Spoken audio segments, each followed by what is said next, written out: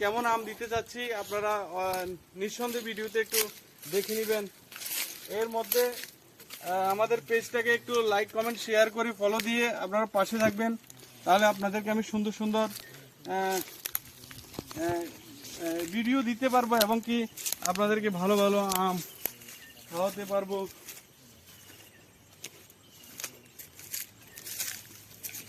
কাকা আপনি একটু যদি এটা দেখান, হ্যাঁ একটু এই প্লেসটা একটু দেখান, আসলে সুন্দরের কোনো ইয়ে না। এই যে দেখেন, আসলে